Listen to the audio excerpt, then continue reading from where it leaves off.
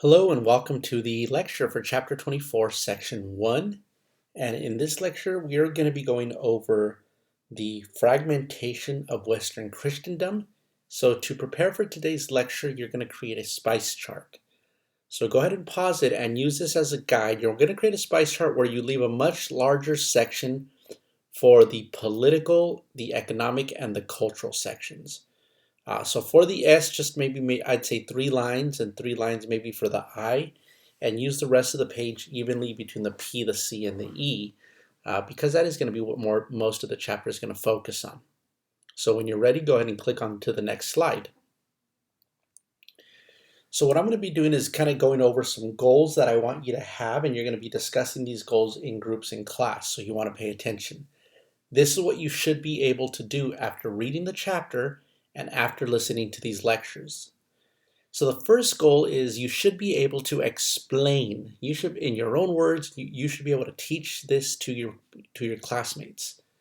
You should explain how the Protestant Reformation marked a break with existing Christian traditions. So that's the first thing we're going to talk about, and that's the first thing that your book covers. So this picture here this was the capital of the Roman Catholic Church in the Middle Ages, dating back to the days of the Roman Empire when Christianity was first established. This is St. Peter's Basilica.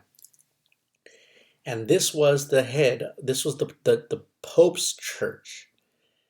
And in the 1500s, the Pope wants to rebuild this church. He wants to build a newer cathedral, right, to show the power of Christendom. And the irony here is that in order to build this new cathedral that was supposed to strengthen Christianity, it's the building of the cathedral that leads to the breakup of Christianity. And so that is the cathedral of the current St. Peter's Basilica. So this is the current St. Peter's Basilica. It is the biggest church in the world. It could fit any other Catholic church inside of it. That is how big it is.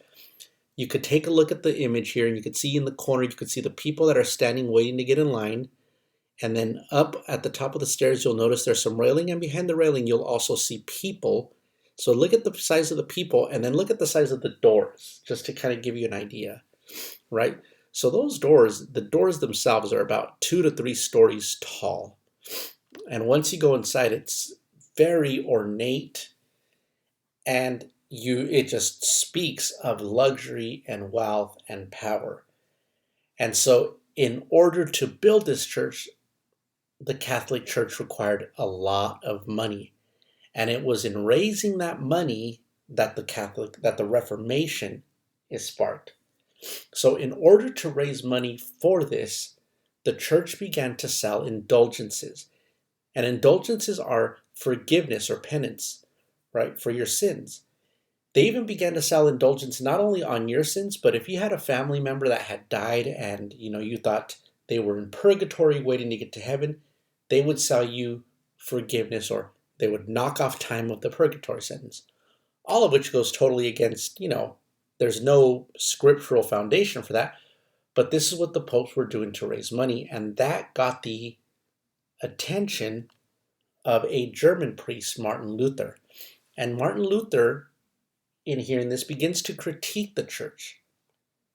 And he writes up a list of 95, they call it the 95 Theses. He writes this critique of things that should be debated, right? He doesn't intend, he's not trying to break the church up. He's not trying to leave the church, right? He simply wants to debate theologically the soundness of indulgences and other practices in the church. And he goes to his church in Wittenberg and he nails them to the door, right? So he nails these critiques, these 95 Theses, he nails them to the door. And again, his intention isn't to break up the church, it's not to leave the church.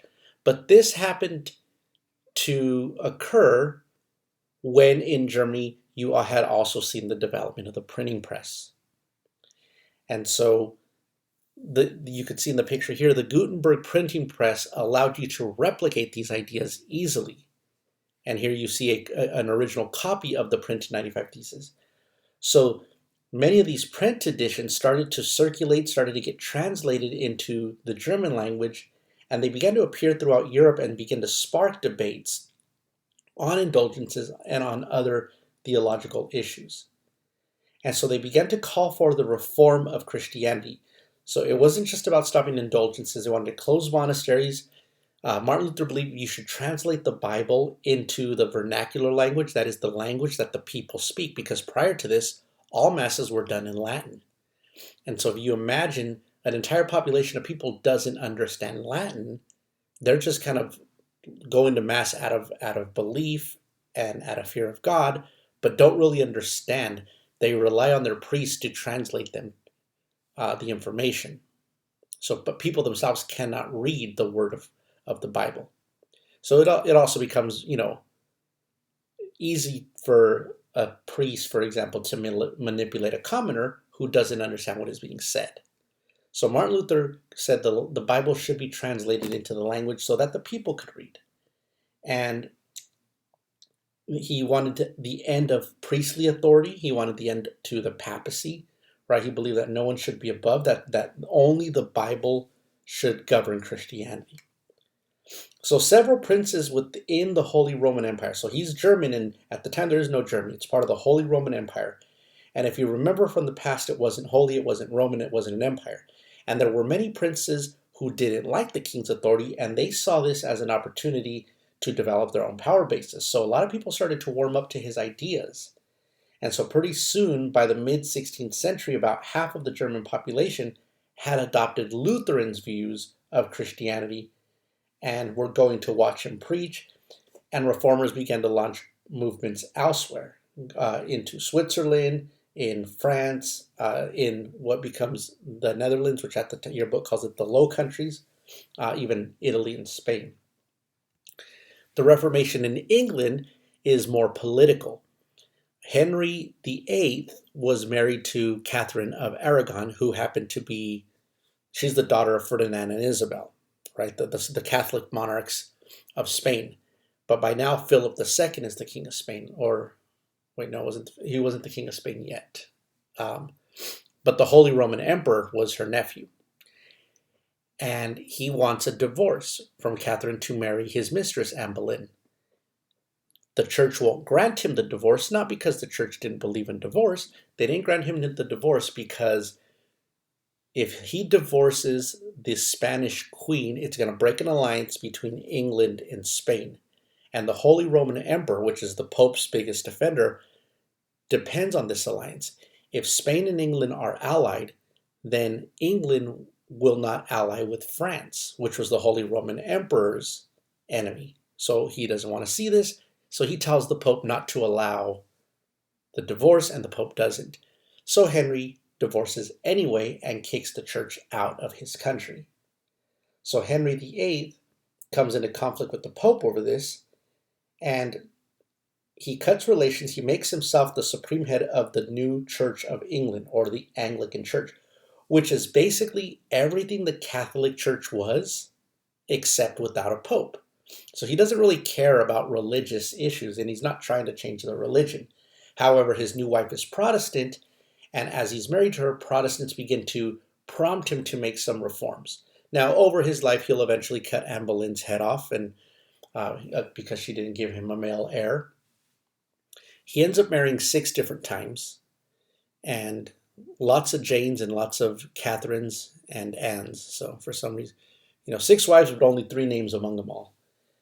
And some of these queens were Catholic and some of them were Protestant. So he would change and he would be influenced depending on who his wife was. But what it did was it gave the Protestants an inroad into England because it loosened the authority with the Pope. And so by 1560, England had permanently left the Roman Catholic community. And so that was the Protestant movement in England. Elsewhere, we begin to see the spread of Protestantism, and most notably with the reforms and the views of John Calvin, who was a French lawyer. And he began to adopt some of these Protestant practices, and he put together, right, a strict code of morality and discipline. But because France was very, very Catholic, he had to flee across the border to Switzerland, to the French-speaking parts of Switzerland. And so there he begins to present these teachings in a coherent, organized package. So he basically codifies Protestantism. And a lot of missionaries begin to then use these codes to win converts in France, and then in Germany, in the Low Countries, in England, and elsewhere. And so that's the beginning of the Reformation. It's called the Protestant Reformation because what Martin Luther did was he was protesting. And so out of this protest of the practices of the church, we get the word Protestant. So this is all the Protestant Reformation. Now, in the second goal, what I want you to do is explain how both the Protestant Reformation that we just went over and the Catholic Reformations contributed to the growth of Christianity. So there's going to be a Catholic Reformation we're going to look at right now. And based on this goal, then what you would need to understand is that even though the church is split and even though the authority of the Pope is weakened, Christianity itself actually begins to win more converts. So I want you to explain what role both of these played in contributing to the growth of Christianity, not the decline of it. So partly because of the Protestant Reformation, right, and the reaction to the success of the Protestant religion taking away believers, or you could say customers, from the Catholic Church, they decided to then define their own points of doctrine and try to clarify the difference between how they are different from the Protestant religion. And so this movement became known as the Catholic Reformation, right? And one of the significant events in the Catholic Reformation is the meetings that were held known as the Council of Trent. And this was an assembly of cardinals and bishops and other high officials, and they met between 1545 and 1563 to address these matters of doctrine, to define what this church, what the practices would be like, what were the elements of Roman Catholic theology. They acknowledged that the church had made mistakes. They acknowledged that things in the past were not perfect. They developed a stricter code of morality and required that they establish schools and seminaries so that they could train their priests, right, to try to stop some of the abuses that the church had seen. And another significant development besides the Council of Trent is the development of an order known as the Society of Jesus, and that was founded by this man, St. Ignatius Loyola. And Loyola put together a small group of followers that sought to extend the boundaries of this new Reformed church called the Society of Jesus, or the Jesuits. So the Society of Jesus required that its members have a rigorous and advanced education. He wanted them to not only know religion, but he wanted them to be able to know the science of the day and what the reformers and critics of the church were talking about.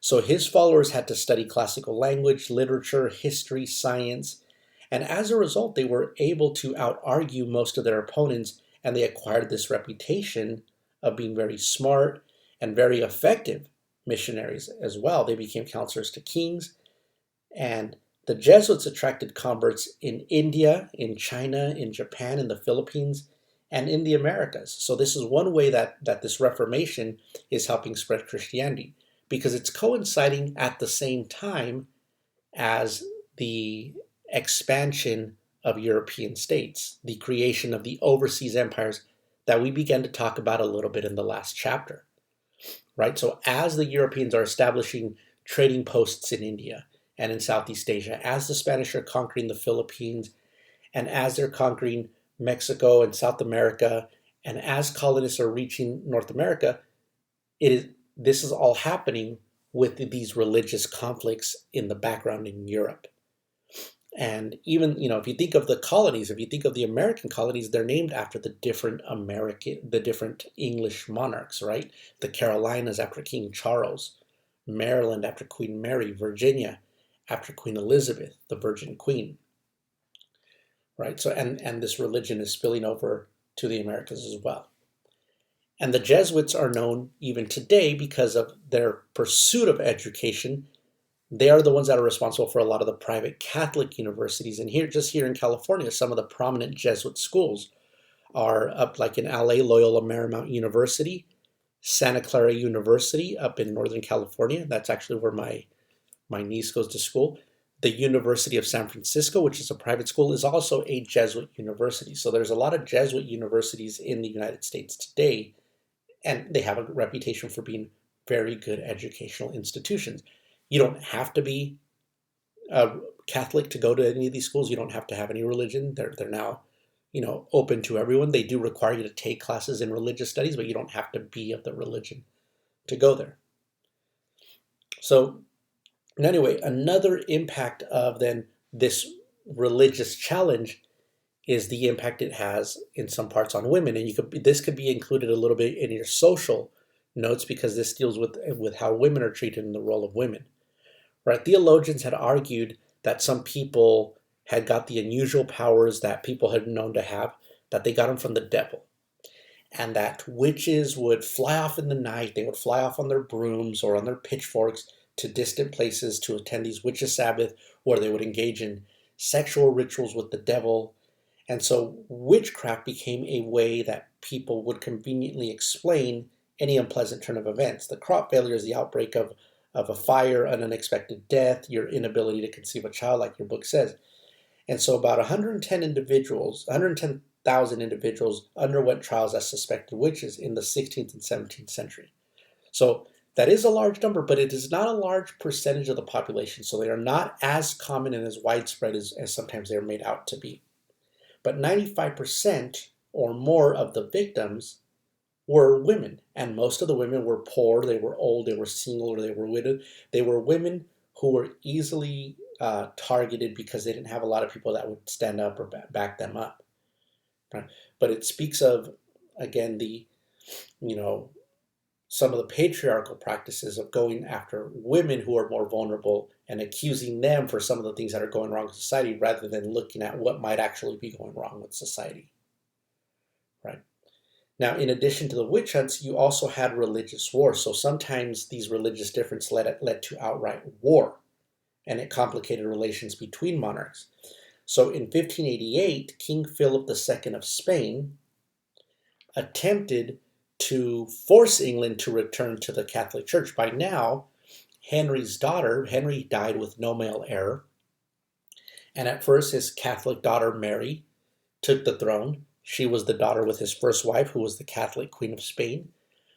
And when Mary was in power, England was trying to go back to Catholicism, and she would persecute Protestants, and that's where she gets the name Bloody Mary. Well, when she dies, her sister Elizabeth takes the throne, but she takes no husband. And so that's why they call her the Virgin Queen. She redevotes herself to the country. So she calls herself like a born-again virgin, or when she takes this oath to not have any children, not get married, and devote herself to her country, she becomes one of England's longest ruling monarchs. And under her, England begins to establish stability. But Spain wants to make her, they want to bring her to Catholicism. They kind of want to force marriage upon her as well to bring her back under Catholic control. So they send the Spanish Armada, 130 ships and 30,000 men, to invade England and dethrone her, or to force her to marry a Catholic. And she doesn't. She helps lead the defeat of the Armada. They sent ships on fire to meet the Spanish ships that are coming, and then the winds make a lot of the ships catch on fire and scatter the ships, effectively destroying the Spanish Armada and weakening Spain's ability to have a naval power. And that event kind of solidifies England's stance as a Protestant country, although when she dies, because she doesn't have any children, England will once again try to become Catholic, but by then they're used to being Protestant, and England will have a civil war, and that civil war will eventually by 1689, it will result in them establishing a constitutional monarchy, which we'll study in one of the later chapters. But religious wars also played a role in the independence of the Netherlands, where the Holy Roman Empire attempted to force them to be Catholic. So it fueled a revolt in the Dutch provinces from against the Holy Roman Empire, and they eventually broke away from him and create, in part of what is today the Netherlands, they called it the United Provinces. So that became an independent country. And a little side note here, you see the color in the painting orange. Eventually, one of the princes, William of Orange, will be the person who will also become the king of England when it becomes a constitutional monarchy. If you follow soccer, the Netherlands wears an orange jersey. That's the color of the uniform of the Netherlands, and it's a tribute to William of Orange. Little side note that has nothing to do with the chapter, but if you're a soccer fan and you remember Mexico's loss to the Netherlands, cuando no era penal, that's where that color orange comes from. And then lastly, the 30 Years' War was another one of these religious wars that the Holy Roman Emperor attempts to force his Bohemian subjects to return to the Catholic Church. This is in what is today like the Czech Republic. And he's trying to establish Catholicism in all of the emperor's German territories. But eventually, other people begin to join this conflict. The Spanish, the French, the Dutch, the German, the Swedes. It was a continental war. And it was the most destructive war that Europe had up until World War I. So it ruined a lot of economies, and it led to a lot of problems in society throughout Europe. In Germany, it led to the death of about 1/3 of the German population. So this destructive war, right, also began to kind of create the conditions of Europe of monarchs trying to position themselves to create a system where they could live with different religions, different political systems, sharing a very small geographic area. So that is it for this section. In the next lecture, I'll be going over a little bit more of the political developments. Okay, so I will see you soon.